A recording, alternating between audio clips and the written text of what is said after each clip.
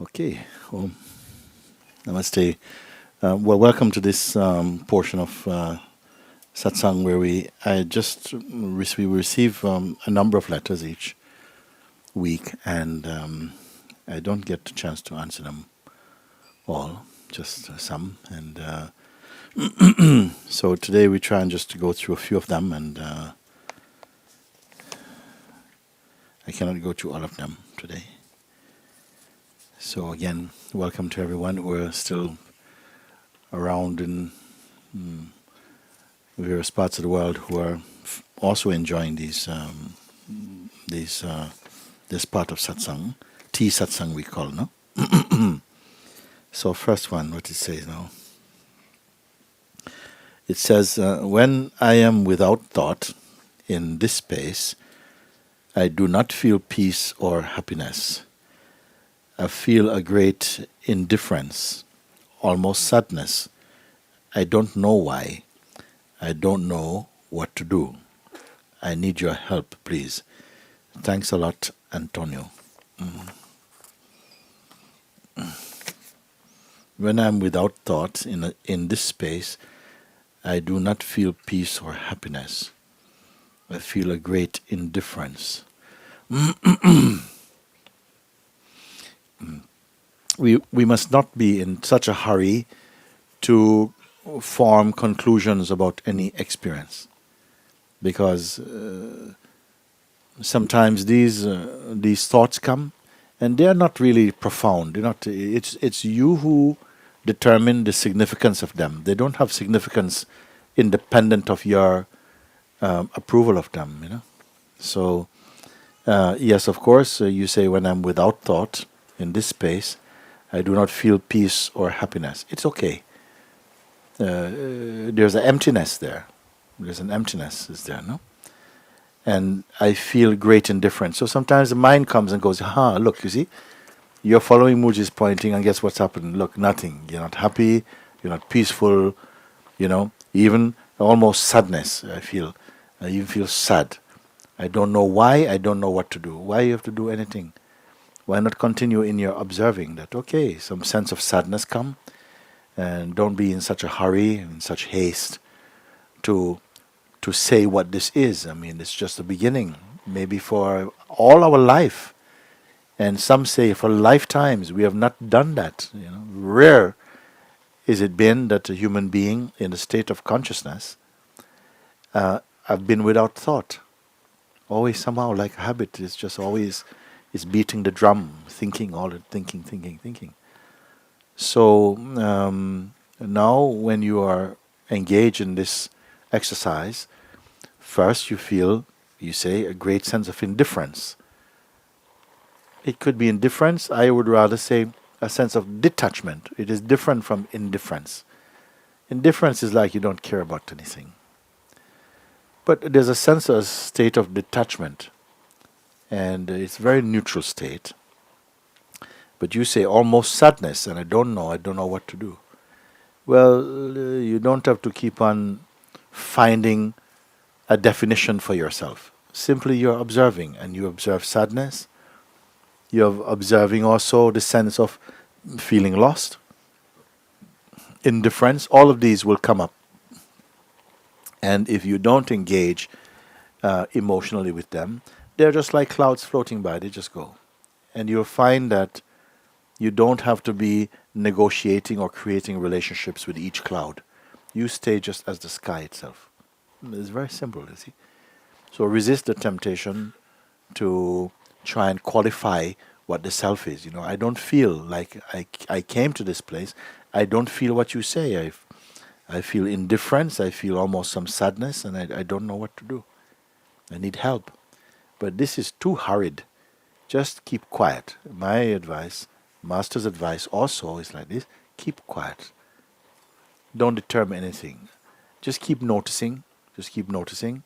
You see, these things come and go. Everything comes and goes. Everything comes and goes. That which notices that everything comes and goes, that feels more permanent. But itself is not absolutely permanent, because when you go to sleep, in deep sleep, that weakness is also not there. But relative to the waking state, it is the permanence in the waking state. But in the total consciousness, it also rotates. No? So that's it. Don't make up your mind, oh, this is happening, this is not happening. Just keep quiet and don't raise any judgments or so on. And you'll find that, wait a minute, this is so easy and so natural. And then also, in a short time, I don't find there's anything to talk about. There's nothing really to even say, this is or this is not. Your silence becomes so beautiful that you don't have to pick up any thought at all. And that is really quite a change.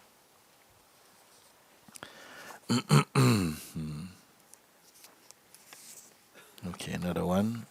Where do I put these now? This can go here. Dearest Master, my spiritual arrogance. Oh, you are so special. This is spiritual arrogance. Huh? So somebody's saying you are so special.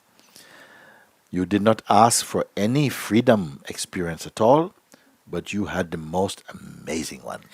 See, that is it. You did not read any spiritual books, but you know what Mooji is speaking about, etc. And then is on a rise right now. These kind of responses, they are on a rise right now. They're increasing, you say. I can't stand it anymore. Please pick up this message and expose the foolishness of it right now. Humbly at your feet, Vilma. You see? So, my spiritual arrogance, such as, oh, you are so special. You did not ask for any freedom experience at all, but you had the most amazing one. See? The mind is saying, you did not read any spiritual books, but you know exactly what Mooji is speaking about, etc. So the mind is, he said the mind is come up like this. So this type of thought is on the rise now. It's increasing, this type of thing. I cannot stand it anymore. Please pick up this message and expose the foolishness of it right now, humbly at your feet. Now, okay. So, mind says, oh, you are so special. And something, oh, I wish I wouldn't do that. Something is saying like this. Oh, you did not seek any spiritual freedom. And look what, you had the most amazing one. So you are super special. See? You did not read any books like so many people are reading. You didn't read anything at all. But you know exactly what Mooji is speaking about. See? So these thoughts are on the increase. Okay? I can't stand it anymore. Isn't that also a thought? I can't stand it anymore. Is that also a thought? You see? Please pick up this message and expose the foolishness of it right now. That also is a thought.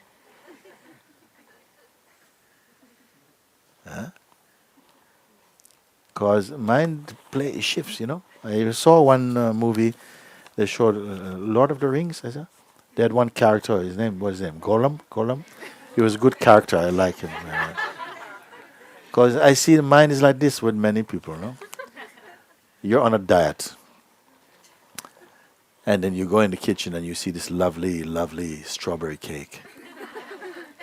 And the mind says, go on. They won't mind. And look how lovely the strawberries look. Go on, just take a little bit. You see? And then you take a little bit. And then somebody catch you. What are you doing? And then the mind says, you shouldn't have done that. So the same mind that says, go, take it. He's now telling you, ho, ho, ho, ho. You're terrible, you know? Look what you did to your diet. See? So you can't trust him, you see? So the same one that is saying you're so special, so special, you did not ask for any freedom experience at all. But you had the most amazing one. You did not read any spiritual book. But you know exactly what Mooji is speaking about. Huh? So these thoughts, you say, these thoughts are coming more and more. I can't stand it anymore. But this I who can't stand it anymore is also thought. Did we ever inquire? No? Because you say, no, that's different. I am the one who would like all that to stop. If that stops, I'll be free.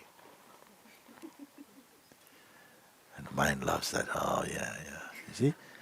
So, I want these thoughts to stop right now. I can't bear them. You see? Whose voice is this now? Is this the Lord's voice? Is it God's voice in you? I wish my mind would stop. No. It doesn't mind. Never mind the mind, you see. It can't stop. So please pick up this message and expose, because right behind all of it, the one who says you're doing so good sometimes says, oh, you're doing so bad. It depends, which is your soft spot. Sometimes the mind says, you're never going to do it. You're never going to do it.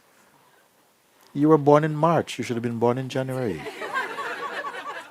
You see? You are never, sorry, tough. It is. And someone, you see? And so it's the same thing. Then it will tell you either you're very bad or you're super good. You're super good. Or you almost got it. You were so close. You're so close. You see? So you have to watch it. There's something, not a thing at all, that is totally not participating in this game at all. It's not touched by any of it. But rarely do we acknowledge that this is ourself, you see. Because as soon as the consciousness plays as a human story, it falls passionately in love with the human drama. And then it's caught in this very powerful cocktail of, passion and mind and so on. And it loves it and it suffers it at the same time. What is the self then? You're trying so hard to be the self, but the one who's trying to be the self is also a thought, and nobody catch this thought. Now, Sri Ramana Maharshi, he used to give a beautiful example, and he says that trying to catch the mind while identified as the mind is like turning a thief into a policeman, putting policeman clothes on the thief, and then sending this thief policeman to catch the thief who is really himself. You see the thief, and then everybody's looking for the thief, and then somehow you give the thief a policeman uniform and say, listen, we are looking for this thief. And he goes, yes. So, and we really need to catch him. Oh, I know how to get him. Okay, right. Here's your whistle. Go. Oh, he's running around. No? Then one day, they catch some guys and they come in, and this thief policeman is interrogating them. And this guy says, wait a minute, but you, officer, come here a minute. And you go, what you want? No? You are a criminal. You say put. No. I know you. And suddenly, boom, he vanish, disappear. Because he can't take this risk, this exposure, you see. So, why it's not caught? Because to catch this this egoic idea, you see, to expose it like this, the game is finished. The game of delusion is over, you see. And what wants to rescue this game? What is it that wants to protect this game? You see. It is the consciousness that has adopted a portrait it makes of itself as a person and is fascinated with this personal identity and doesn't want the show to finish somehow. It suffers it. And sometimes it says, I really want to finish. I really want to finish. And then it's finished. So, oh, it's wonderful. And then it gets bored. It says, oh, start to look for trouble again, like this.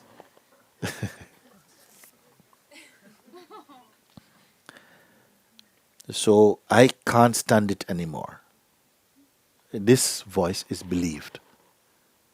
Even many practitioners, many healers and whatever teachers and so on, they're accepting this voice as true. I can't stand it anymore. I just want to be free. I'm tired. My mind is killing me. I don't know what to do. I've tried everything. I tried yoga. I tried ayahuasca. I tried everything. But he follows me around. I can't get rid of him. You see? And they says, yes, come. You join here and we work on him. We work on him. We have experience about him. We work on him. So nobody will tell you, but he's also a thought, no? We said, no. Because you don't want to believe it's a thought. Why you don't want to believe it's a thought? Because you have some investment in it. And when it comes near, the light is coming near, something feels uncomfortable, and you don't want to feel this discomfort, you see. Why? Because we feel we have some investment in this role, and if this role is lost, we're feeling that everything is lost. All my dreams, my projections, they're over somehow. We're feeling like this. And the mind loves a drama. It makes a big melodrama about it. It's like, then what will I do if I have nothing to do? What will I do if I solve the riddle of existence? Will I just sit around like some stone Buddha? I don't want a life like that. I don't want to be sitting on a shelf, watching everybody else have fun. You see? So the same mind is speaking. You see, you want to be a Buddha? Look, this is Buddha. You want to live like this? No, I don't want this life. So the show goes on. We love this show. God's greatest game. How can I find the self? It's called. Please, pick up this message and expose the foolishness of it right now. Humbly at your feet, Vilma. You see, like panic. I told that sometime in the days in London I would go home, and sometimes I'm remembering a specific thing now, but there have been many. I'd go home and I saw, and my telephone is flashing red light, a message on the phone. So I pricked dial, 1471 or whatever it is, and then a message come. Oh, Mooji, please, Mooji, please be there. I need you. It's emergency. So, oh my God, okay. So I try to get them.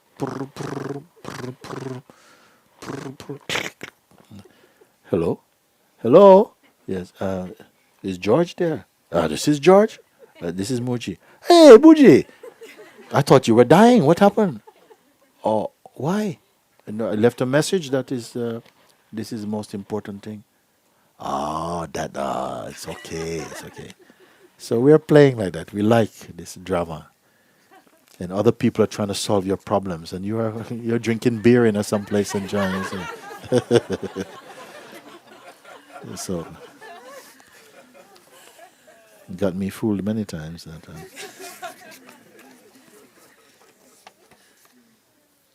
Dearest Mooji, I had many experiences over the course of many years which have led to my self-realization. However, I am still living here in this world and am troubled by this question. If the whole universe and all the people in it are Atman, that is the true self, then does that mean no one other than myself loves me?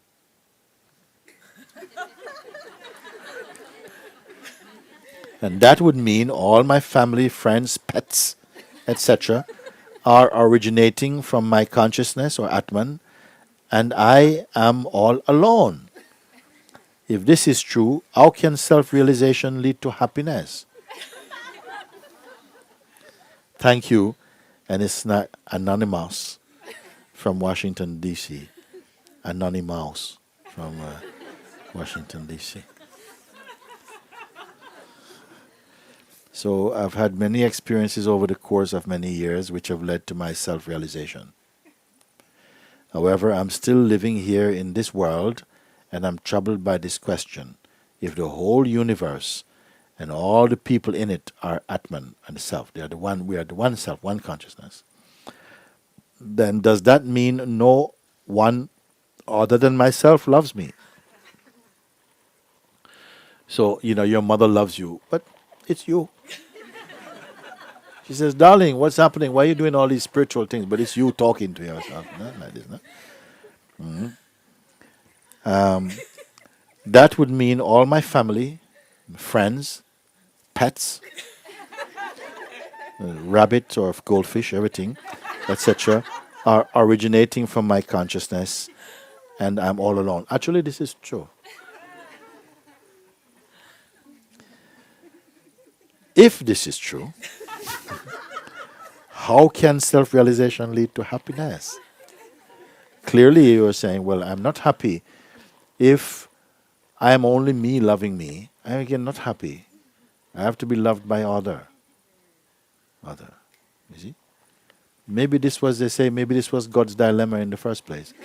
There's only me.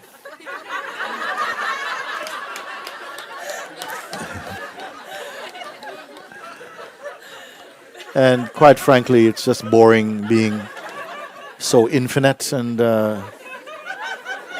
because everywhere I look, there's me. So I know what. I'll create lots of me looking different in different bodies so that I can have the sense of other. Wow, it'd be great. And then so it happened. I created all these beings who are only forms of my own self, and I made them look different masks of myself. And I can look and say, how are you? He says, I'm very fine, how are you? I'm really not so good. Oh, really? How sad. I'm brilliant. So could it be like that? And however, I'm still living here in this world, and I'm troubled by this question. If the whole universe and all the people in it are Atman, the self, then does that mean no one other than myself loves me? Sometimes I say, yes, you are alone, but you are alone as everything. But this sounds unbearable here, because others is so much of a more vital thing. But the sense of otherness can be there. Suppose everybody looked exactly the same. So then you're definitely sure it's me. Okay? Let's suppose inside we are all the same. Okay? And then outside we're all the same also. Okay? So everywhere you look is you. Everywhere you look is you. No? Your mother, hello darling. You say, oh my God. You look like your father, you look like your mother, you look like your goldfish. You look like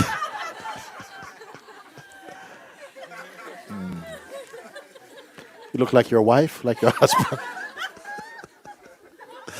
Everywhere is you. And then I wonder how that would be. So God said, no, I think he tried that first. And he thought, no, that can't work. You have to change the face, painted each face a bit different. Mustache, long hair, put some moves on it. Oh yeah, we look very different. So we can enjoy the sense of variation and different, but inside is still. Then inside, to another mask is put. The outer mask of the body. Then inside the mask, you see, of identity also. There's another layer of another layer of delusion. So we actually believe. But underneath that layer is all one. And the game is to come back to that one. You see? So we're all the same, but the body looks different, then the mind looks different, personality looks different. But underneath all of that is the same. So then some are really not invested in this idea of reaching the one, because if you reach the one, game's up. It's like I'm the same in each one.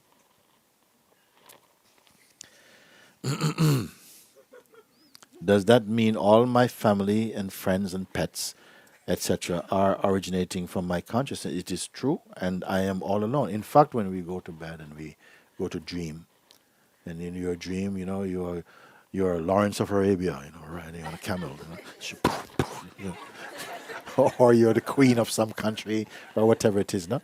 And all your citizens, and you have in your dream, everything is it has a kind of reality. If you have children and they're hungry, you have to feed them. You dream food, dream children, dream food, but you don't think it's dream. And all this. If you owe money to somebody, it's dream money, but you don't think it's dream money. And if you don't give them all of the money back, they can take you to a dream court. And so then when you wake up, where did all of this take place? In your room, in your little bed. You've traveled around the world, you've been flying and everything, this and everything.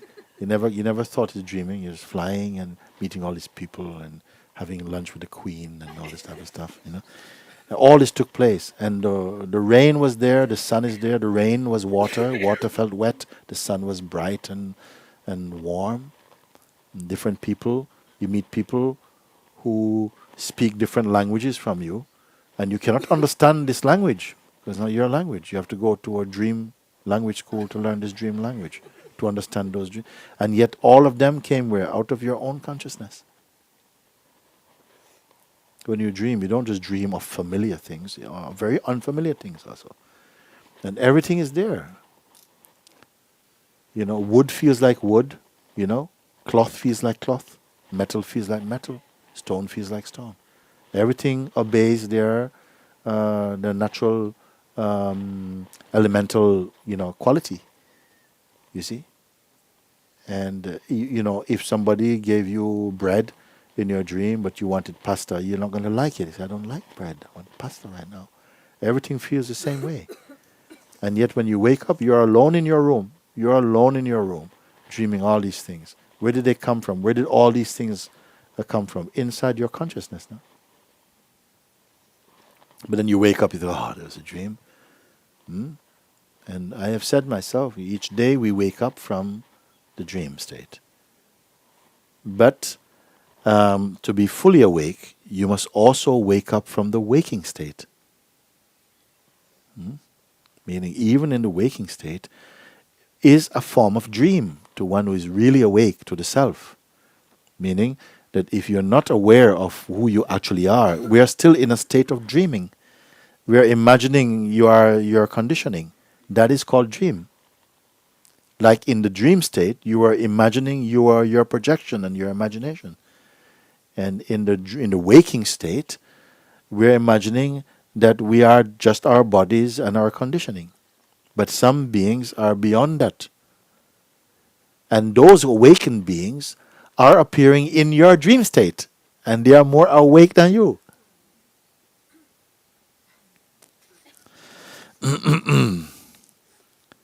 So the pets and everything, they are originating in your consciousness. And I am all alone. You're all alone, but in the real understanding, you're all alone, but you're not lonely. Because you're alone as diversity also. You see? Now, if this is true, how can self-realization lead to happiness? So you start by saying, you've had experiences over many years which has led to your self-realization. Then if you had come to self-realization, how would you having this doubt? Because you start the question, if. The one who's awake does not ask you if.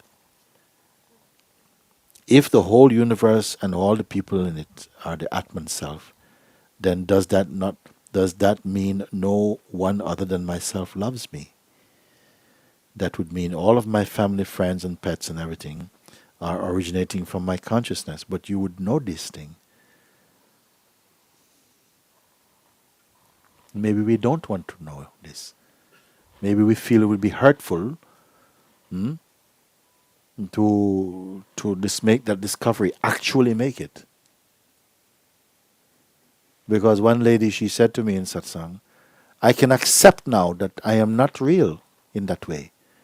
But it's very, very painful to me to think that my husband is not real. She actually said it. We have it on record. Huh? I can accept I don't exist. But it is painful to think my husband does not exist. But if you don't exist, where's his husband? If you don't exist, yeah, where's the wife of your husband?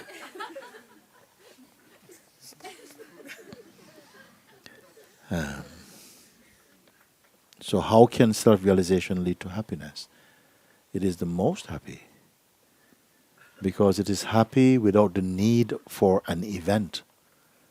It's not against events. Events are mostly just superficial. It's playful. And that's not dismissing it. In fact, it's seeing it in the pure light. You see, events are not needed for the realized one. And yet they're not standing in the way of life. They totally enjoy in all of its subtlety. They can enjoy much more beautifully because they're not invested in life being served a particular way. You see? They don't require that life move in a particular way. They're okay. They will go like this, change direction. It's okay. For another one, it's like, oh my God, my world is crashed and everything. Because the life is not going to satisfy or fulfill your projections. It would be a terrible thing if life fulfilled our projections. You see? Now, how can self-realization lead to happiness? You see, you must find out, you see. You know, an uncaused happiness, just the joy of being. And many have not discovered just the joy of being. We only want to become, but to be, we don't know. And there's a saying, you want to taste the honey, you don't want to be the honey. We want to taste the honey, we don't want to be the honey. Because we love tasting. And tasting means two, at least. There's a duality there. Nothing is wrong with duality. Duality for me is not a bad word. Duality is totally necessary for experiencing to happen. How can it be experienced without duality? It is only the mind that perceives duality as an obstacle. For the one who is awake to the self, duality is a necessary tool to make experiencing and the taste of experiencing possible. You see?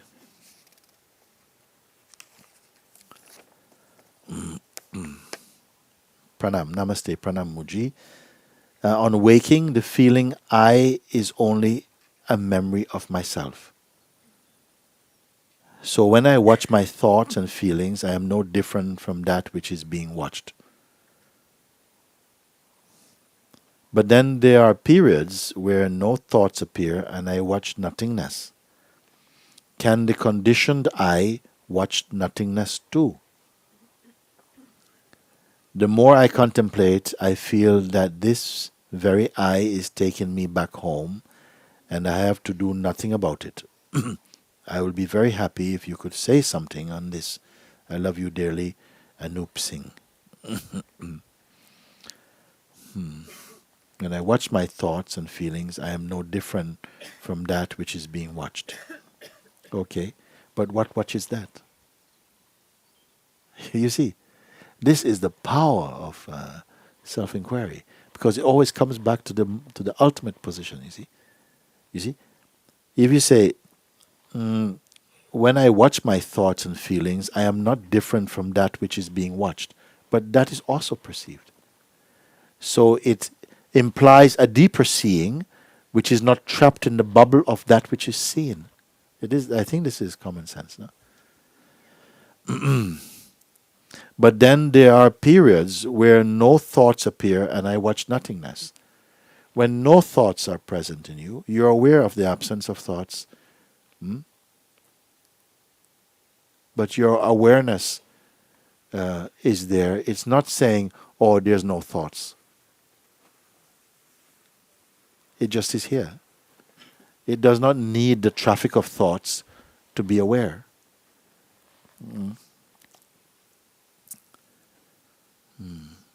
Can the conditioned eye watch nothingness also? Can the conditioned eye watch nothingness also? If the eye is conditioned, if it is watching nothingness, it is still aware of itself as somethingness. So that is some dirt in the eye anyway. You follow this or not? Yes. Thank you. The more I contemplate, I feel that this very eye is taking me back home, and I have nothing, nothing. I have to do nothing about it. The more I contemplate, I feel that this very I that I'm speaking about is taking me. Is this true, you? The I is taking me back home, and I have nothing to do about it. It's okay. It's okay. It's okay. Something is going on. Something is happening. Okay, we don't have to try and put it down. Something is happening, and it's good. It's enough. Something is happening. It feels good. Actually, there's less of me. There's less of me. Feel good. But who is it that's feeling good? The one that is neither less of or more than. Feeling good is happening to that. I'll be very happy if you could say something about this. I hope that is something. Dear Mooji, dear me, this must be the last letter I send to you. The previous ones never left me, but this first one has to be my last one. I am is known in awareness. This sending is a prayer for establishing the truth in my heart. Thank you very much for all the pointings. Love, Jeff. You understand that?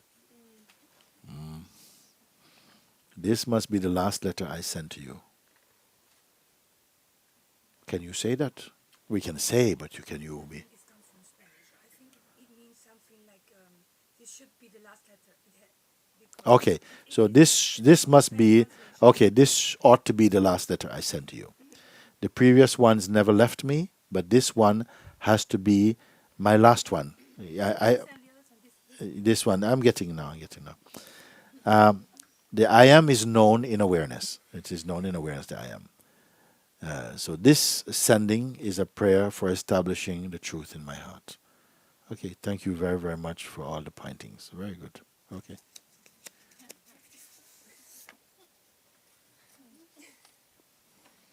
Good day to you, Mooji. I'm writing in hope that you can answer this question for me. I have been seeking happiness for far too long, and I have recently realized that all the things I want because I want to be happy.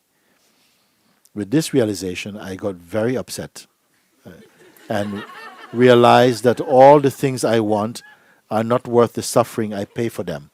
That's pretty good. Now I want to drop everything. I want to surrender completely, but I am terrified. I'm terrified of what will happen to my relationships, my values, and to every belief I have. How can I surrender without being afraid? Or how can I surrender even though I am terrified? Thank you, Mooji, with great love, Lucas.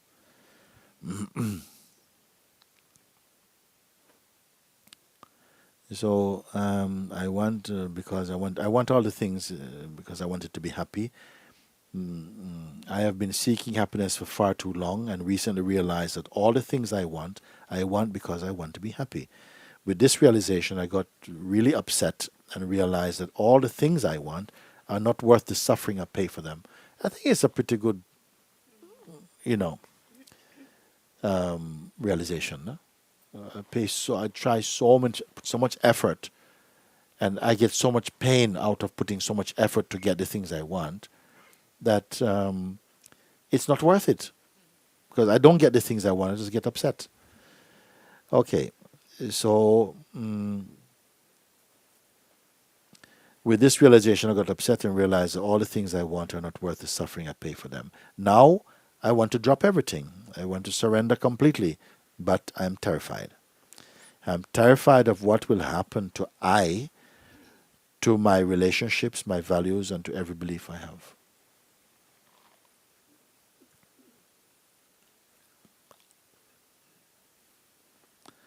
How can I surrender without being afraid? You surrender your fear also. You say, well, this fear is here and I'm off. I'm coming still. I'm coming. The door is open. I'm coming with the fear. Everything coming in, coming in. You see, that must be it. Because it would be otherwise like going to the doctor and making sure you're really well before you go. Because you're afraid of what they may tell you. You see, like that. So if you're surrendering, you have to surrender also the fear. The fear, I surrender, I feel so afraid. And then you go through the door with your fear and everything.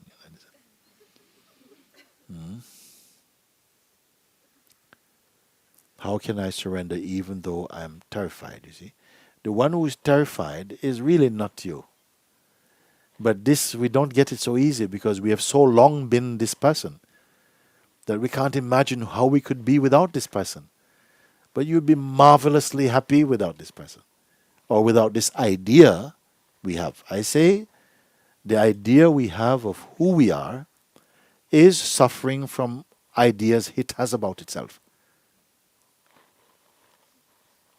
Now we can continue, of course, being this person, trying and somehow growing also, because this person also will experience growth and growing. But what does this growing means? It means that you must be evolving towards consciousness, but towards emptiness more and more. You're dropping more and more stuff that is evolving in the realm of consciousness.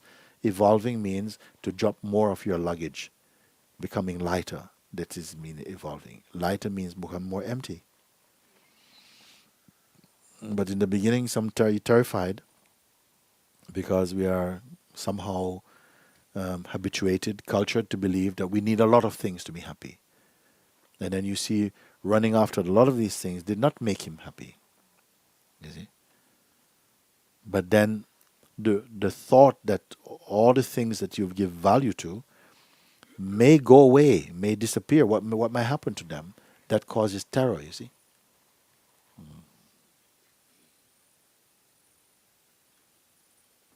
Now, so if you were told you should keep all your relationships, all your values, and every belief you have, you would want to do it? Did your belief pay off? All your relationships were marvelous, and all your values were completely good? Then if they were, you don't have to get rid of them. Life will not let you get rid, because you cannot get rid of what is real. You can only hide it. So don't be afraid about that. Beloved Mooji, I cannot not think about this that happened about 2 years ago. I was practicing to be in the moment. Suddenly, when I was doing nothing specifically, beautiful bliss appeared like an electric current. So you're practicing to just be now. And suddenly, when I was not doing anything specifically, beautiful bliss appeared like an electric current. Thoughts disappeared. The emotions and the feelings separated from my heart, and they appeared and disappeared at the same place, but not more in me, but in the air or outside of me. Such a bliss I had or have never experienced. From that day onward, I am searching to become that. I find this bliss now, but only while meditating. When I listen to you online, this bliss appears. Thoughts disappear, but still this watcher is being watched without knowing who is watching. Who knows everything? You got that? He says again here. I find this bliss now, but only while meditating. When I'm listening to you online, this bliss comes, this bliss appears. Thoughts disappear. But still this watcher is being watched. So the one who is watching also somehow is perceived, is seen. Without knowing who is watching. Who knows everything? Dearest Mooji, I cannot forget that freedom I fully experienced once. I know with no doubt that this is that. How can I become permanently that? Dying inside to become the truth. What should I do? With so much respect and love, Niroda.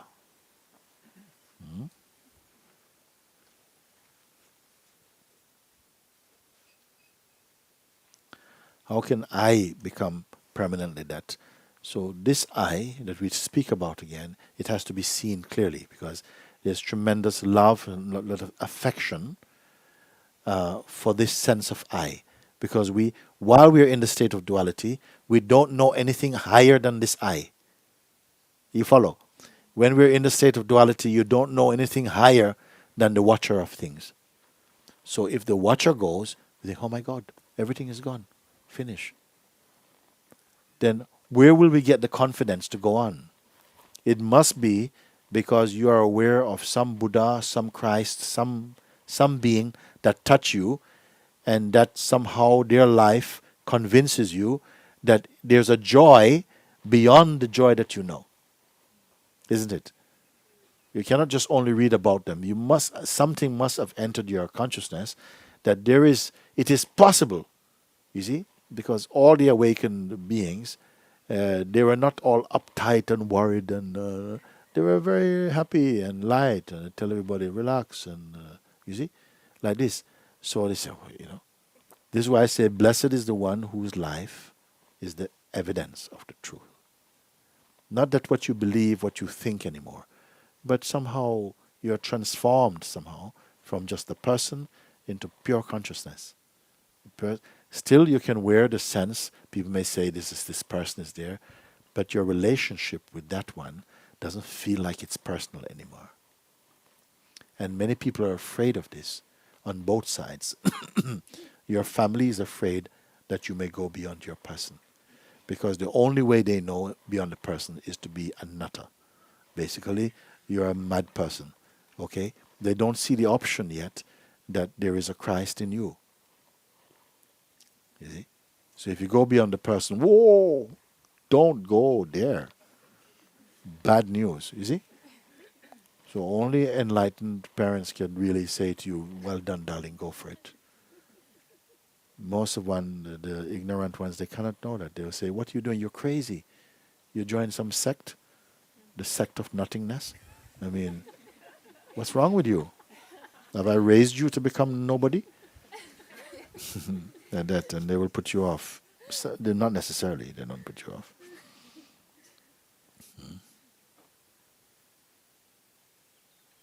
Did I answer this question? You think I answered it? Sort of, what? Yeah? How can I become permanently that? That I that wants to be permanently that must be itself looked upon and acknowledged that this is my most intimate concept. Self-identity. Putting personal identity on such a high pedestal has created all this delusion. And it is believed in. And as long as you believe in this, you will not move from it. You'll be afraid to go beyond it, because beyond it is the unknown. Well, actually, everything is the unknown. But we live with the comfort of the apparent known. You see? And the unknown becomes a dirty word to the mind. But it's the most beautiful meaning, you see? It means the one who is the unknown does not have to know anything. Hear this. The one who has reached the unknown, who has discovered the unknown, does not have to know anything. And yet their life is in perfect synchronicity. with the manifest world and the unmanifest. This is how great it is. But who will follow the teachings so far as to threaten the existence of your favorite concept? This is what. Otherwise, you want an answer which you cannot digest. You're searching for something that you're not able to assimilate because you will not exchange yourself for it. You hold on too much to yourself, or rather the idea you have of yourself. So this is the most beautiful response to that letter. Dear Mooji, concepts of my self-identification have been melting away. I am no longer thoughts nor emotions or personalities. I am awareness. This has been freeing. The mind, however, is confused and says, Joy, this does not make sense. Is the name person Joy? Joy, yeah, it's Joy. Joy, you just have to know. Joy, this doesn't make sense. But I don't listen because somehow I know all is okay. I am calm and at peace much of the time. Deep there is a burning, unsettled energy wanting release from identification with the body. Please point me in the direction. No sweet talk needed, Mooji. A swift kick in the tush is okay with me. What is a tush? Yeah? Okay. Yeah? What language is that? Okay. Swift USA. Yeah. A swift kick in the tush. We say up the tush, is okay with me. I send you my thanks and a warm smile. Joy Taos, San Francisco Bay Area, California. P.S. The Mooji team rocks. Always kind and helpful, I say. So let's look again. So I no longer no thoughts. I'm no longer thoughts, nor emotions, or personalities. I'm awareness. You see, this first powerful realization. And this has been freeing. Of course, it's freeing. To be free, what is the one thing to be free from? The one thing, if you can pick, is only from identification with the limitations. The mind, however, is confused and says, Joy, this doesn't make sense. The mind is saying, Joy, this doesn't make sense. But I don't listen because somehow I know it's all right. This is good. This is good. You see, this is significant because the mind is speaking to you in the language it knows how to talk. It knows how to talk to you. Joy. It doesn't make sense. You see? But something is able to say, no, not now. Ignore him, which the mind does not like. I don't listen because somehow I know it is all right. I am calm and at peace much of the time. This is tremendous, you see, already. Not giving in to the whispers of the mind. It's not that the mind is strong, it's just that you listen too much to him. And then take it to be real, and then you start to think, and then exactly where it wants you to be. Confused, you see? But when you're confused, you're weak, isn't it? Now, there is a deep burning, there's a burning, unsettled energy wanting release from identification with the body. Please point me in the direction. No sweet talk needed, Mooji. A swift kick in the tush is okay with me. Unsettled energy wanting release from identification with the body. Well, you have to put your tush here. And I give a good talk. Yeah? Yeah? What is this tush? This is really your tush. Not a very pleasant idea in the right direction. So already, but you speak about a burning, unsettled energy wanting release from it. You are being released, in fact, from what you. If we read only the first paragraph, we don't have to worry about the rest. If you believe in the first paragraph, we can forget about the rest of it. You see? But something, the mind, you wrote the first paragraph, the mind wrote the second one. You see, this you have to know the difference, you see? Huh?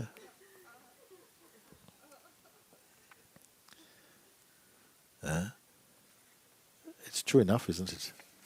You wrote the first one. The first one is strong, you see? But I don't listen to mine somehow because I know everything is all right. I'm calm and at peace much of the time. Second paragraph. There is deep unsettled energy wanting release from identification with the body. Sounds like you. Huh? Please point me in the right direction. No sweet talk need, Mooji. As Swift kicked up the tush, as though that was enough. Yeah, you know? You see? I say, no, just stay with your first thing. Leave the second thing. Everything is going fine, no? Because I know everything is fine. This is such a powerful realization. Huh? You don't have to go through itemizing each thing. You just have the feeling, but everything is fine. Don't have to worry about it. And you come to see everything is fine. Because just imagine you have to meet with God and talk with God. He's going to say, you know, when you had that problem, you know, how did you deal with it? Well, what I did was I did the kind of, you know, this Vipassana. How do you do Vipassana? And, no, he said, no, forget about it. Not,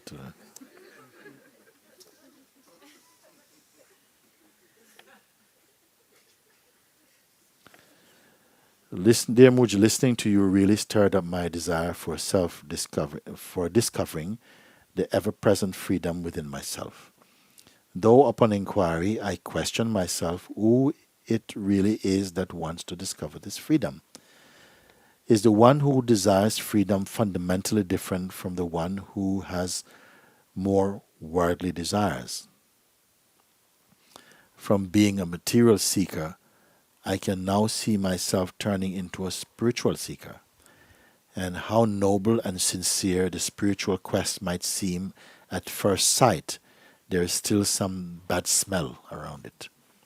But maybe the personal egoic desire for freedom is somehow needed in the beginning. Very clever, no? To pull us into the recognition of the personal truth. It is true. An illusion, but necessary illusion. That we must experience that. Rather than just think, haha, yeah, you're smart, so you get it. Some things you have to experience energetically. You have to feel them and walk the walk, not just talk. Furthermore, if I can clearly see that I'm a spiritual seeker, and I then also identify as being if I can clearly see that I am a spiritual seeker, am I then also identified as being a seeker? In other words, can one see and identify at the same time, or is seeing the end of identification? Well, if you see something and then you acknowledge it, I say you digest your seeing. There's the time you see something and you go, oh yeah, I've been there. And in a way your mind is going, how you've seen it, okay, it's enough, leave it. Then you are not seeing. You see, it's very subtle, but it's a trick we play on ourselves all the time. You see something, but a part doesn't want to see it. So you tell yourself, I've seen it, but you have not really swallowed it. So I say, swallow the food in the mouth, meaning to check it in and look at it, slow down, look at it frame by frame. So you take the steps and you experience the experience, energetically. So very, very, very sharp, this one is looking in this way.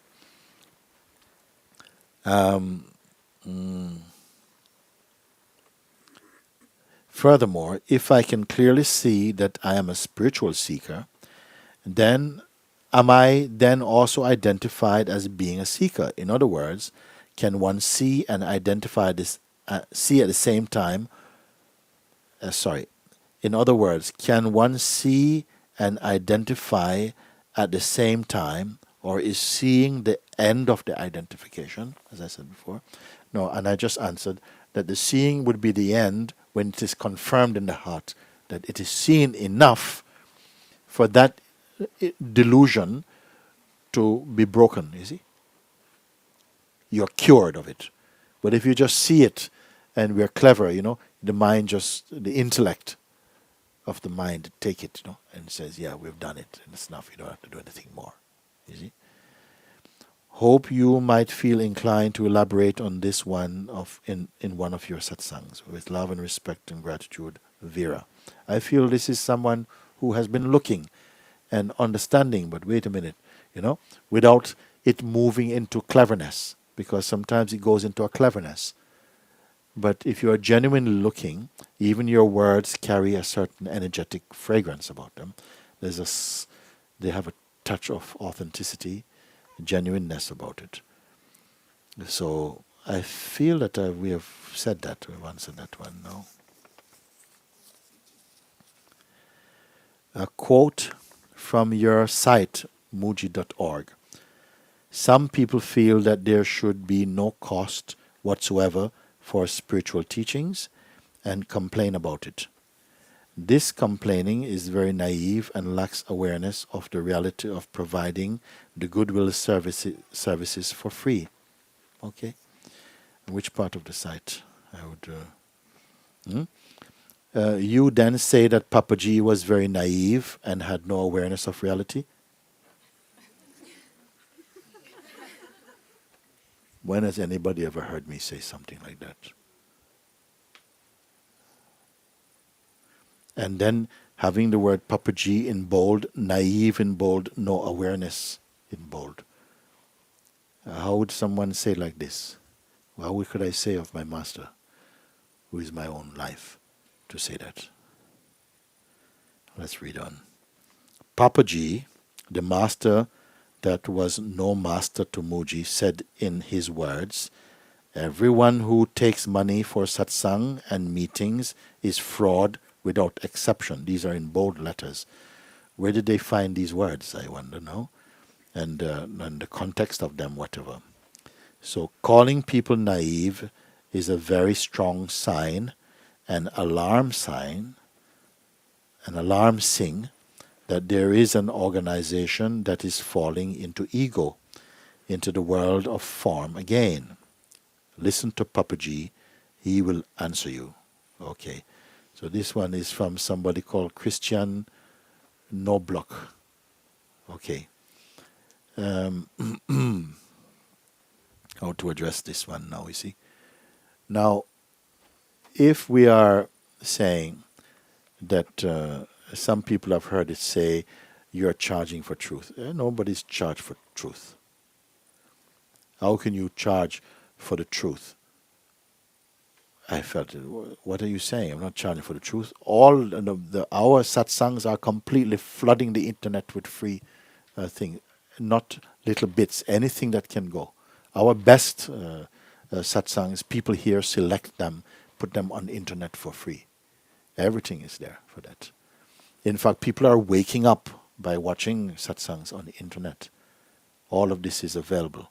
If we did nothing more, it would already be an expression of sharing that.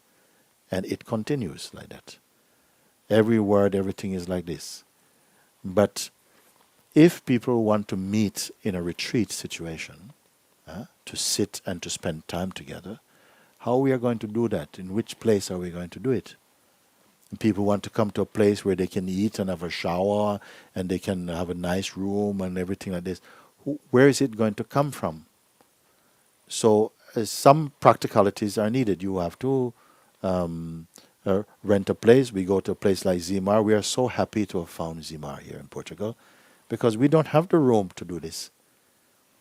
And Zimar became a beautiful place where satsang can happen.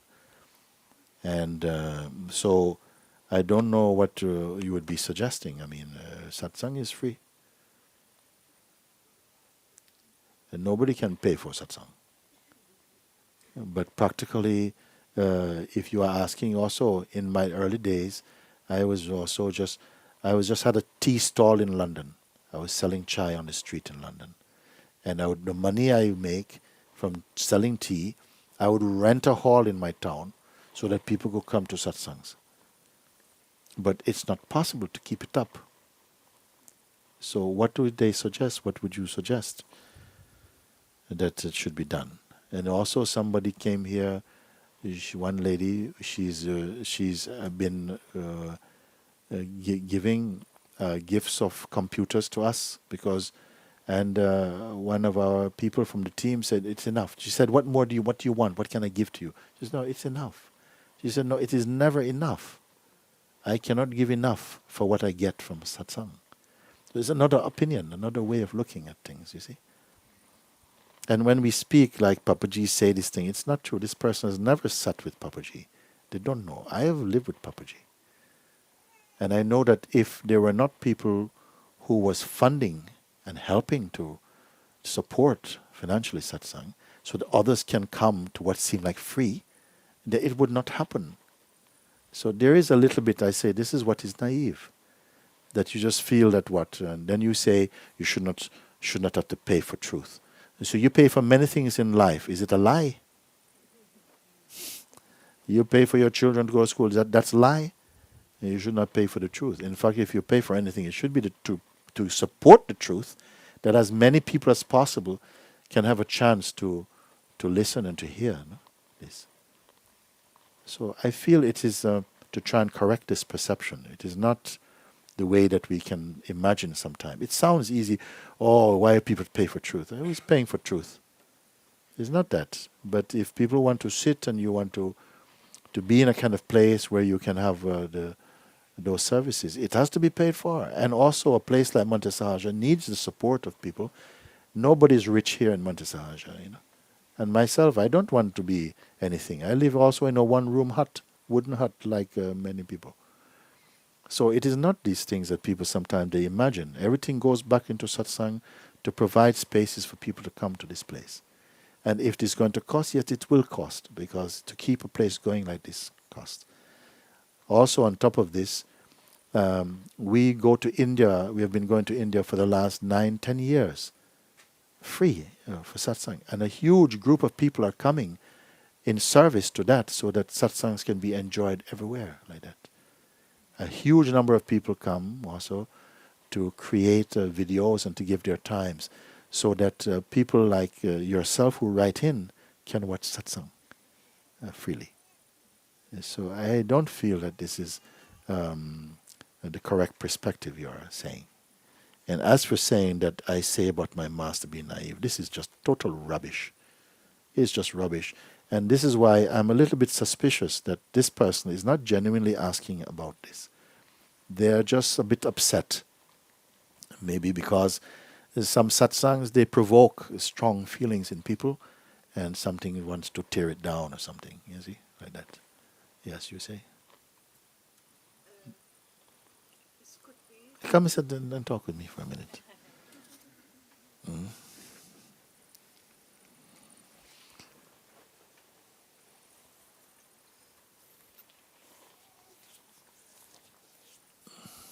Yes, huh?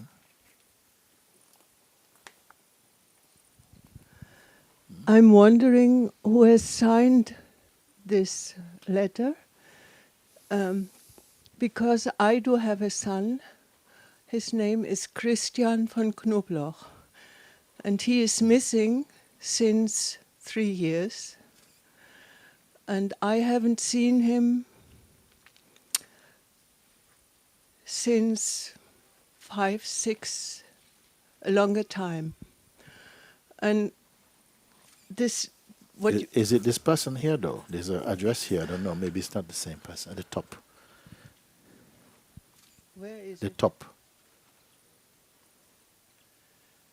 Could be him.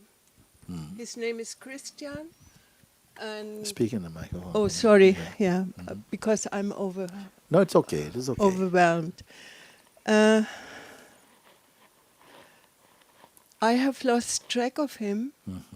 3 years, more than 3 years ago, we have been searching him by the international police, and he was arrested in Valencia, in France, in Spain, 3 years ago, and he got to know to the police that he didn't want to give the residence to the German police, and he also let us know that he didn't want to have any contact to his parents. I see. And then we had to give up.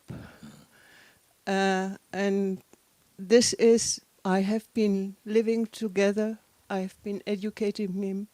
He has been brought up as a Buddhist, and as at the age of 23, he got into a psychosis during his studies, and he turned off, and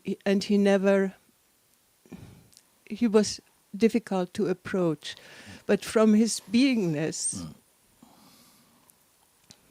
as a mother, you say this, that's normal, but he has been pure. I don't have any words.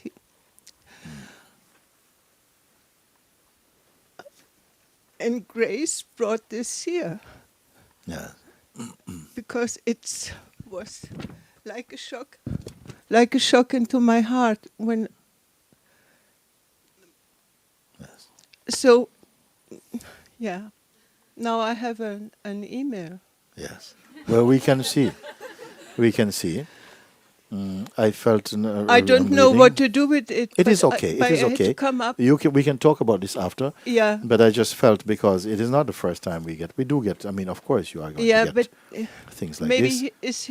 it's his way or Grace's way to connect. Yes, could be like this. I just had to get up and come up. It is good. I'm happy that you came, and I hope he's the one that you are searching for. From the point of the letter, I felt now I continue to talk a bit about it, because people have expressed thoughts like this. Yeah. Because they feel, oh, it's something, and why are you doing this, and why? And I say, why don't you listen to the talks and see if it is worth it, because they are free. And if you don't like them, you can turn them off, whatever. Yeah. But you can see there is innumerable, there are thousands of videos. Just put on YouTube. And if he is watching now, I would like to say, I love you. Yes. And there's nothing from my part in between. Yes. I would also say to him, I love you.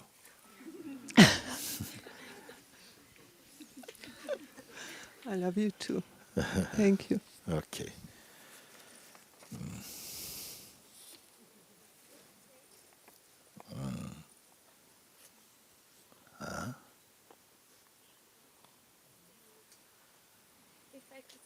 And then I was talking to Amala about the finance. I work with the finance team. And it has been so beautiful because, we have to arrange for contracts for the things you mentioned, like a retreat, or we receive the beautiful donations that people give in support to Satsang, and many of them just say so much that when we say send a thank you letter, they send, what do you mean thank you? All I do is receive so many blessings from this. It's so beautiful to be able to give in this way. Maybe I cannot be there, or I cannot do anything else, but I have something I want to support this. And then I see, like, even with businesses that we have relationships with, that the people are so touched because of the integrity and this sharing, like this truth in also the negotiations, to call it, and that they start coming and they start visiting and they are surprised. Oh, you can run a silent retreat and everyone is in silence and the team is not fighting, and how do you do that? And so I just want to say it's very much a joy to work in this way, and to see that there is no separation, because there sounds so much separation in this letter, like, oh, you're in charge for truth, and it just seems like what I have found is that in everything, this is the center of it all, and it's very beautiful. it's very good. It's Thank very you. good. But misunderstandings will happen, and people will.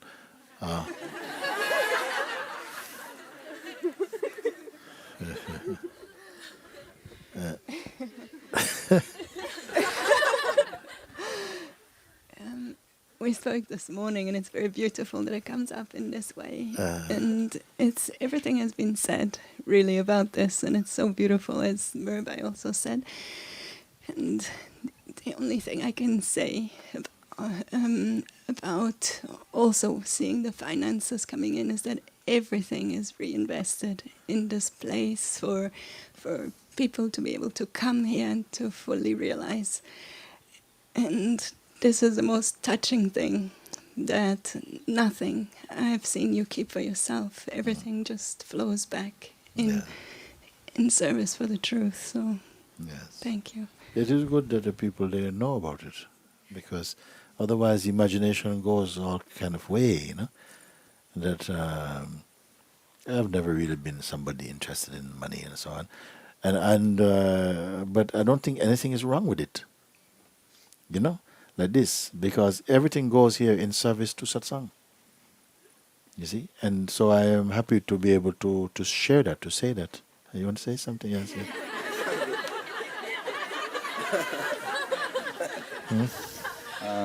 I just want to give like a testimony for a situation that I had on a country. And while I was going through that situation, Speak with the. while I was going through that situation, I felt a lot of presence of all the names that Papaji and all those Ananda Maimai and Nama and many of them, they were in. And in that when I was in that situation, also I had a dream of you, with you, and you're trying to resurrect me almost. Yeah. Doing what? You're doing Resuscitate. yeah. Something is that what? Yes. Yes. And yeah. So I would just want to say that. Okay. And you made it, no? You made it after resuscitation. You came. No? Yes. I'm still on the way. Okay. Yeah, and while I was coming to Satsang, also many times I'm places where I don't know if there is a concept or a fight that people believe there is a fight between gurus. And I want to actually ask you about that, because also before you I met Prem Baba before you, and I never let go of him, and neither to you as well, you know. So actually I want to ask if there is anything that one cannot be here, because also I moved from a place to another place, and I felt a very strong calling from Prem Baba in a lot of presence as well. And he was saying that like you are my disciple, and I'm never gonna let you as well. So those were things that were like with me. Yes. All the way till I come here. Very good. All right. Thank you.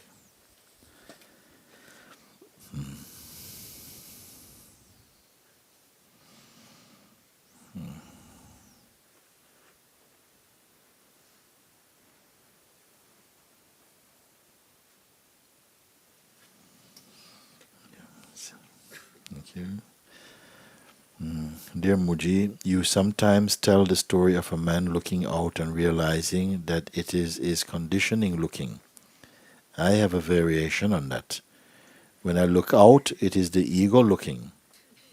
And if you ask me what sees the ego looking, I would have to say more ego. I cannot get away from it.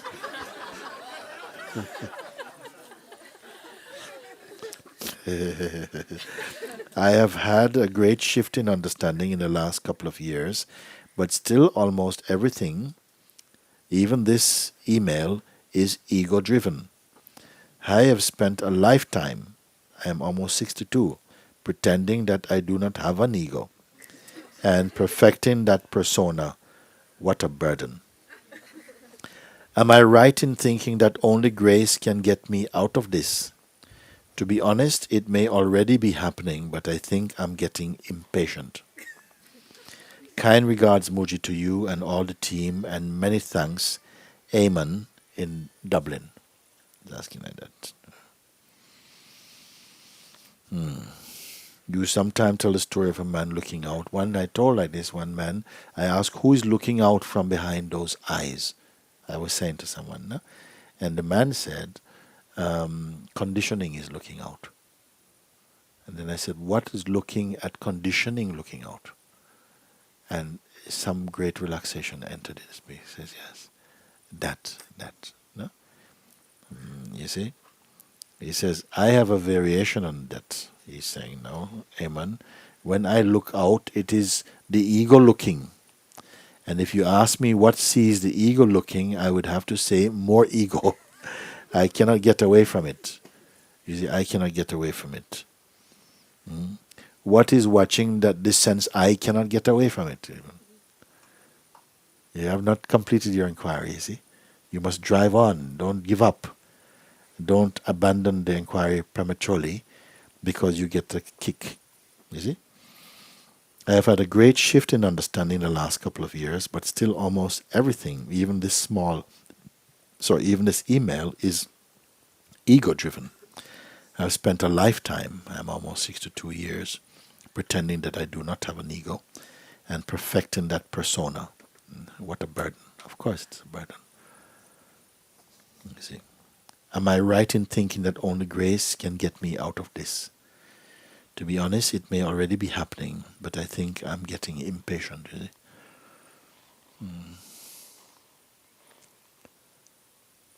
This impatience is good. Impatience is good in this case because it means that you don't want to tolerate something does not want to tolerate living as the ego. You see. I also told one man came to Satsang in London and he was a new visitor and he asked already on the first time he came, can I have a one-to-one with you? And I was just giving up this one-to-one meeting for a while because I couldn't keep it up. So I somehow I felt agreed to it and I came to see me and I asked him first off, why do you want to see me one-to-one? You know, because we speak openly in Satsang. You know? And he said that I met one of your students. She's a nurse in the hospital. And the doctors told me that I have a terminal sickness and I'm going to die. And I came to you because I met your student and she told me you must come and see Mooji. And I come to see you because I want to die before I die. Isn't it? I want to die before I die. You understand this? Yeah. And you are also getting impatient with this. When you're getting impatient with that, you don't want to tolerate, and that already means that somehow you're coming out of that sleep, out of that exhausting relationship, is it? And we know that you cannot be your personality because it takes a lot. A personality is very high maintenance, you know. It takes a lot to be a person, and it takes no energy to be yourself. And this is why people sometimes they feel so anxious with other beings because they feel when they're meeting other beings, they are compelled to be a person like that. And then when you're being a person with other people, you just want to finish because you're exhausted at the end of it, because you have to try and keep up something that you're not true. Whereas when you're just yourself, you don't feel tired when you're speaking with people, unless they just want to talk about their person. You don't feel tired, you see? So that already I think is a proof that the person is not your real state. Otherwise you'd be comfortable to speak and to act from this place. But most we are not. I think we should probably leave it like that now. We've had a good...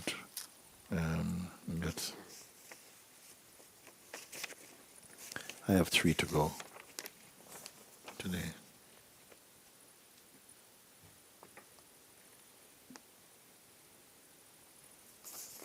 What you want to do? We stop for the moment now? We go? Or what, you want to a little bit more? I have 3. You want to hear one of them or something? Okay. Dear Mooji, since I visited you in Portugal last September, the realization of what I am is deepening and life has become lighter, free, and more simple. Simultaneously, there is something within me that is lazy and restless and craves distraction. We know it, no? It's the same guy.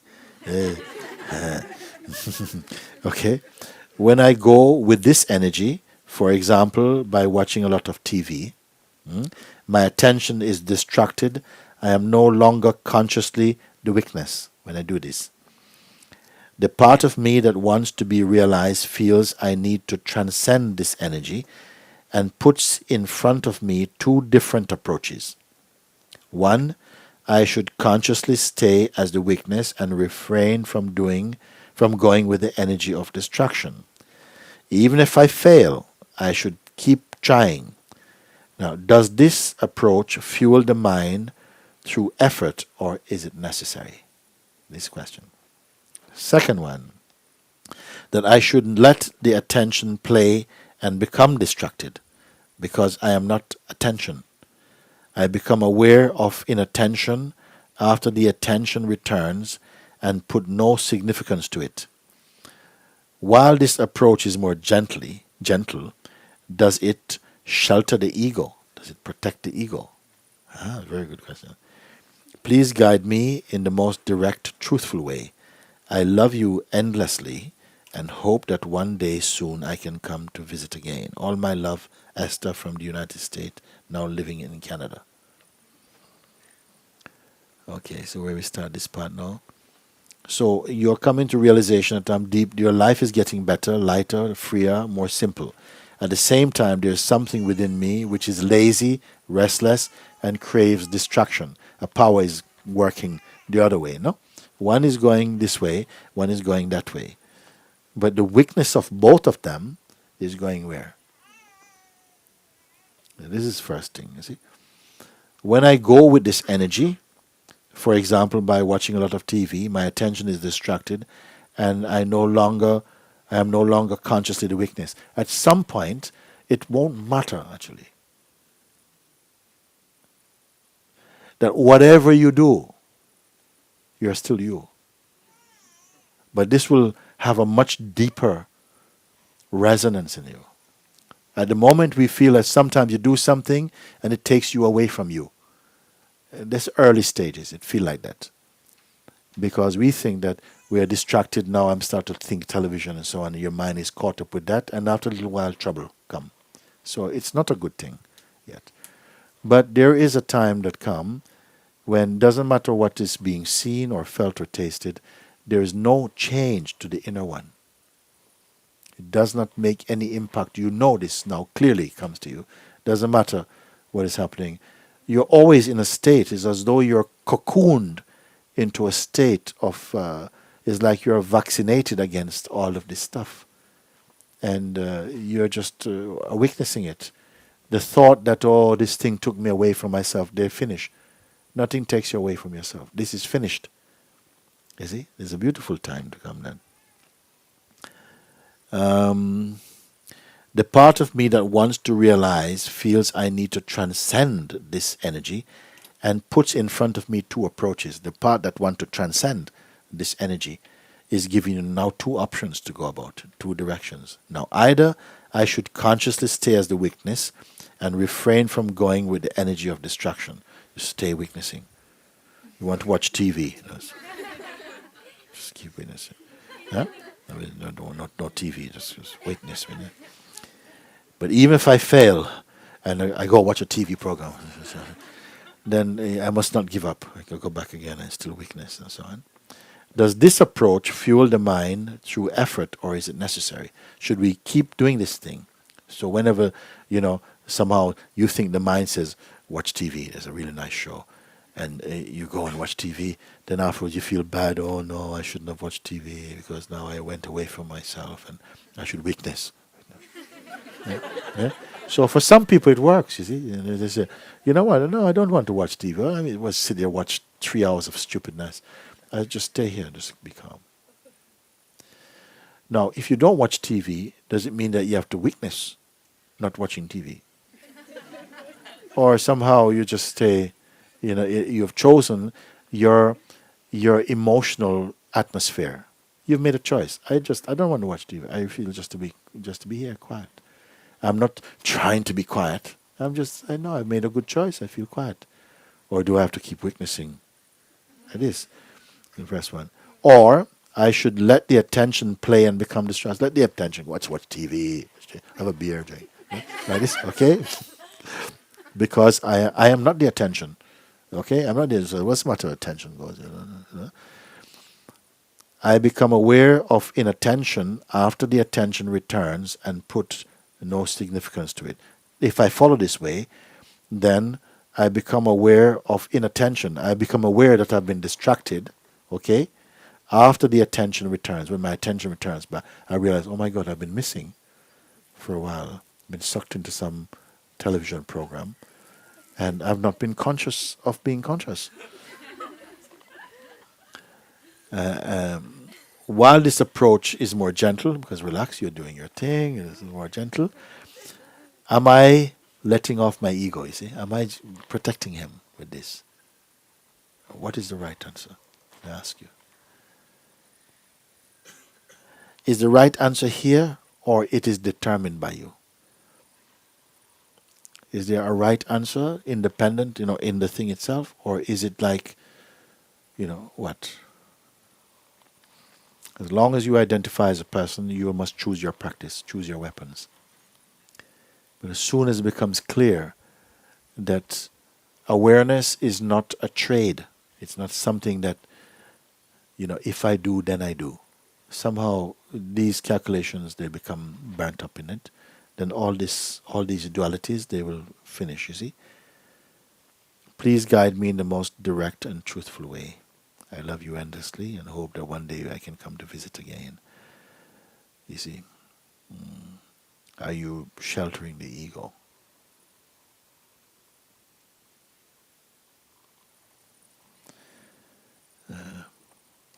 See, the mind creates all this complexity. The attention, the ego, am I giving the ego? You see? Whereas, what is the truth? And the truth is that in another few moments, I bet you if I call her now and ask her about this, she's having an ice cream, having a good time. Yeah. So I'm here torturing myself about what she should do. You understand? And she's out playing ping pong. So none of these states are so important. No? They come and go, come and go. Just let them come and go. And stay as the self. She understands also when I say to you, Esther, stay as the self. Yeah, it's so simple, Mooji. I was torturing myself if I should do like this, or I should protect my ego, or should I go with the distraction? I just stay as the self. But you have to know what it means, stay as the self. I cannot just go to anybody and, somebody, is trying to rob me. Hey, stay as the self. Huh? It can only be to someone who understands this in the heart. When you say stay as the self, immediately they dismount. Wow, that was just... I was riding a cloud horse. It was nothing at all. You see, there's bang, out. You're just back where you really are and not on some trip like this. And so that is the most simple and direct response. Otherwise, you see, the mind itself will engage in this practice. I give you two options. Both of them lead to me. Okay? You understand?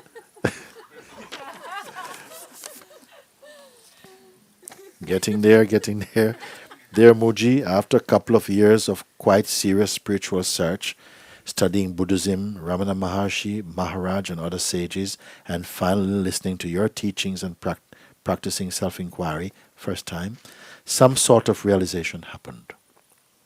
Effortless stillness and silence were predominant for 10 consecutive days with no thoughts. Only pure awareness with intuitive guidance also. Then, the mind with vasanas came back with all the thoughts that accompanied them. Mine had a 10-day holiday. Wow. Got all its cousins and everything. rucksack, came back to the house and bang, bang, bang. See, then in capital, look, then the mind with vasanas came back with all the thoughts that accompany them. Now it feels like stillness has somehow disappeared, but awareness of each thought, word, and deed is perceived at all times. This is beautiful. Also, although I'm aware of the meaning behind the illusory world suffering, I'm still very sensitive to others' suffering. I was wondering if you could help me overcome this and point me towards permanent freedom of thoughts and vasanas. Thank you very much, Celine. P.S. Is spiritual master guru needed for deepening?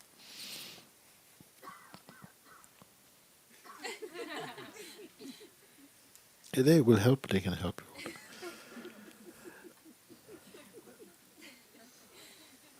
So I'm very sensitive to other suffering, but this is a genuine thing.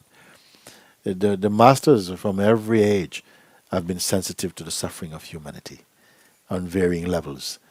And they know the one medicine for every suffering. They know it, they see. It comes down again, wrong identity. But how difficult to convey this powerful medicine, you see, that nobody wants. You see? They know, and without this compassion, there's no satsang, nothing at all. If you don't have a feeling for the suffering of other beings, you know that they are yourself, at the same time. But the self manifesting as individuality and autonomy in a particular body. You see? And that it must come to the realization of the self in that body, they know. And as much as the consciousness is open in that body and a little attracted towards spiritual truth, you see, then something is possible. If not, they don't trouble anybody at all because they say, it's okay. It's okay, because life is your guru. Everybody has a guru. Life is your guru. And it will help you. It will kick and beat you and kiss and thump you and stick its finger down your throat, everything. Until you're ready to take more direct guidance. So this is how much you're loved.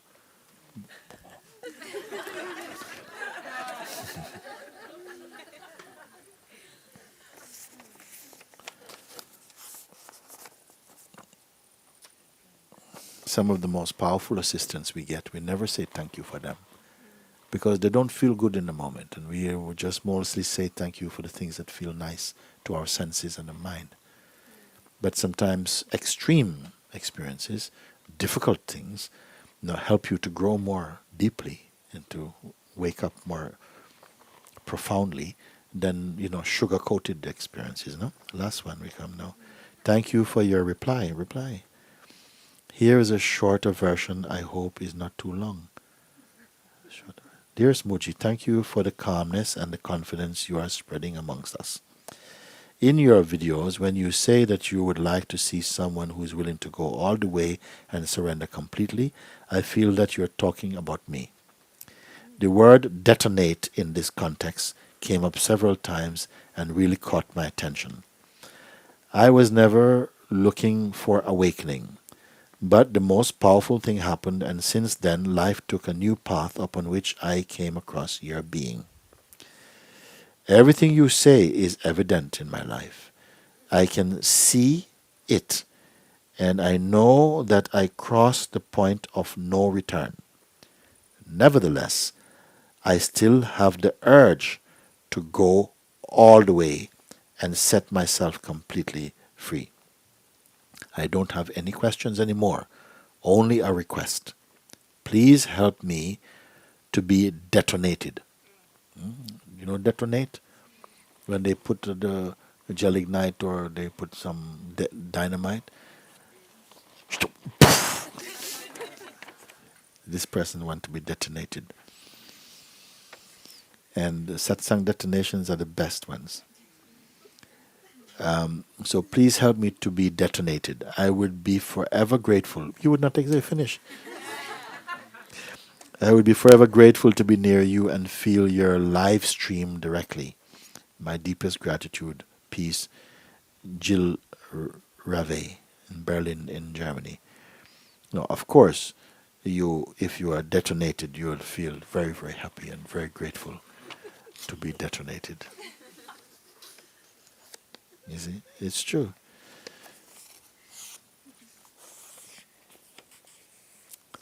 First, you have to be you. Then you have to be you without you. You have to go the you without you, and then that's it.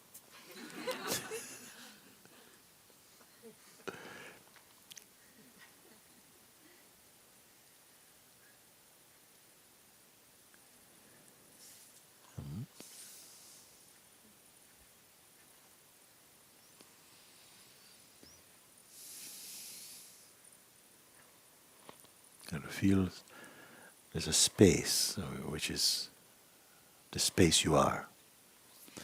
You're looking out from, you're listening from inside the space of yourself. This body is an inadequate representation of your being. And yet it is the anchor for your being in some way, our being. And now there's a space, because satsang somehow is inviting the mind into the heart's energy again. They must come together somehow. This is the yoga of life. It's called like that, when the mind returns to the heart. But in the absolute sense, it's all dream. But it is a dream we have to experience.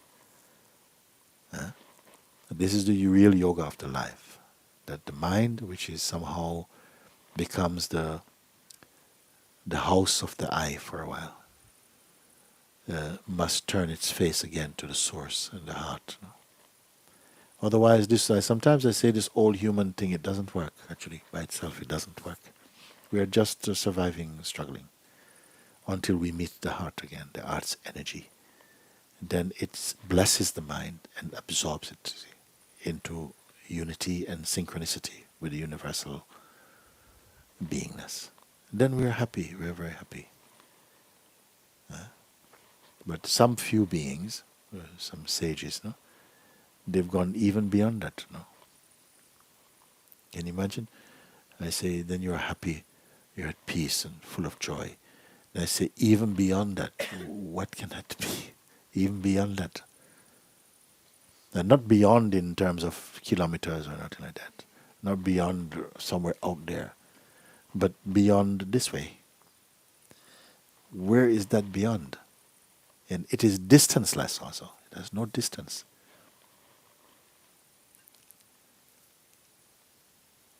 And everyone actually knows it, but have forgotten, are not conscious of it.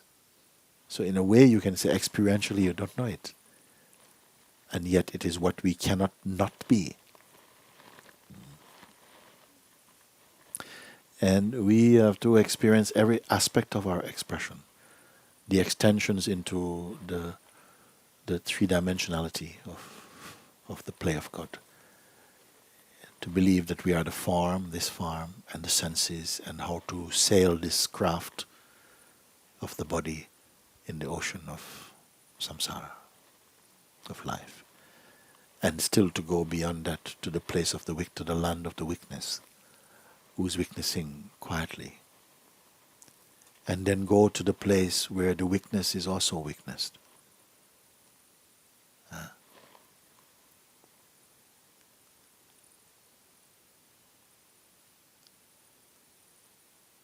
And all of it is yourself. All of it is ourself. It is here. This is the great gift of the human experience, the human form. So to get a human body is itself a good fortune. It's said like this in many beings. They will tell you like that. I feel also to have a human form because in the human form, consciousness has such a wide display. When you conquer this, you transcend the limitations of the human projection. You see, you can conquer on every level or every world. You can conquer in this body can do it. Because the consciousness is sufficiently mature, its potential is very alive, to contemplate even God, you see.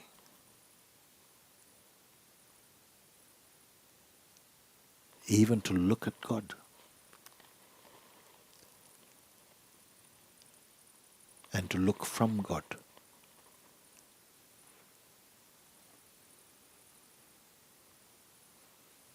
And then beyond the concept of God into ultimate reality. Don't feel these words are so distant from you. They're not at all, you know. This is the fruit of your real love. It shows you that. And your yearning brings you here to this place. Nothing I say is remote. It's not remote at all, in fact. Nothing of it is remote. Closer than intimacy. And yet can seem like unreachable. This is the paradox.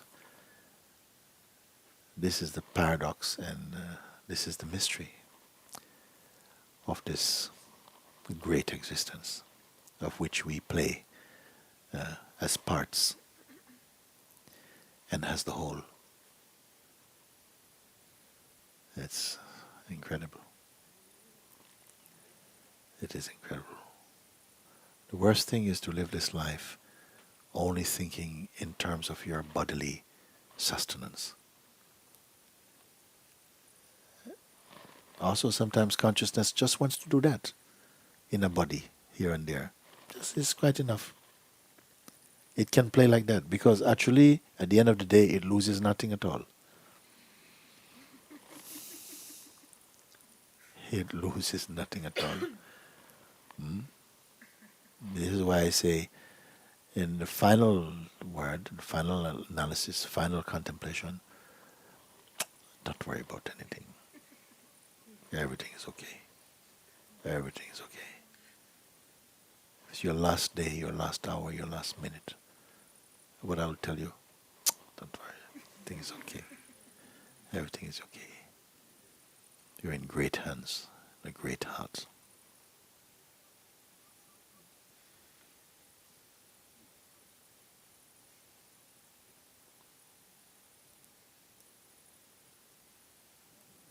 You can never not exist. But you have to stop existing as what you're not.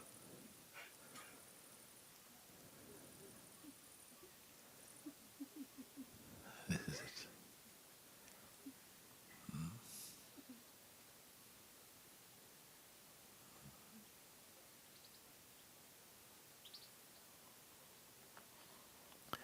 The implication of the words that I speak with you is already manifesting inside your own heart in its own beautiful vibration.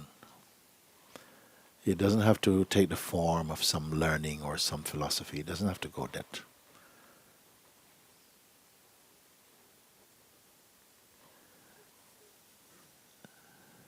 But you will know. First, you must come to recognize presence.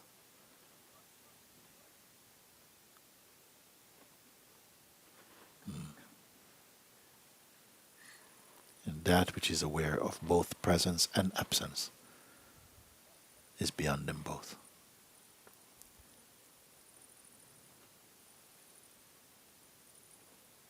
And you don't have to talk about these things. You never have to talk about these things. If you were struck dumb and could never speak another word, it will still be alive in you.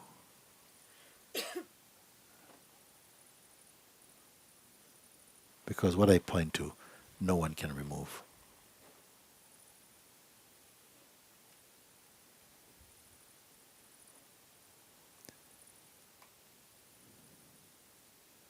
Of all the things that human beings can learn in this life, I have the greatest news to tell. The most beautiful thing to say.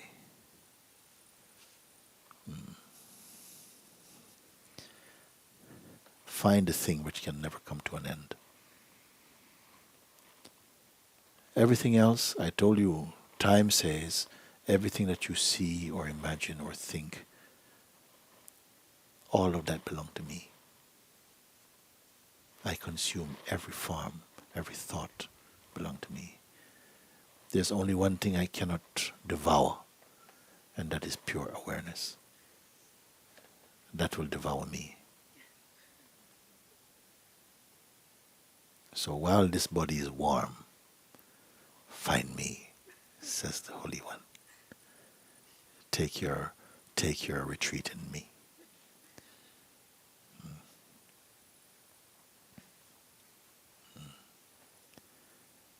There's a voice in you that says, you are never apart from me.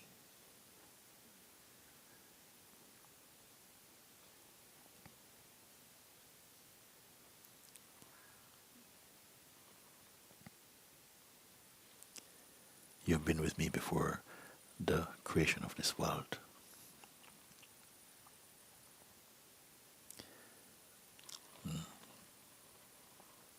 And every form you've appeared in, I've been there with you in the center of your being.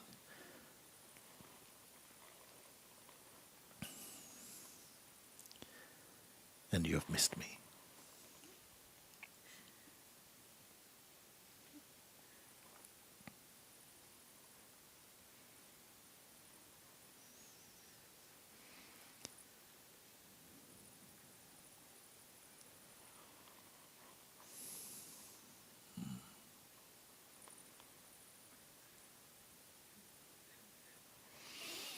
Okay, thank you, everyone.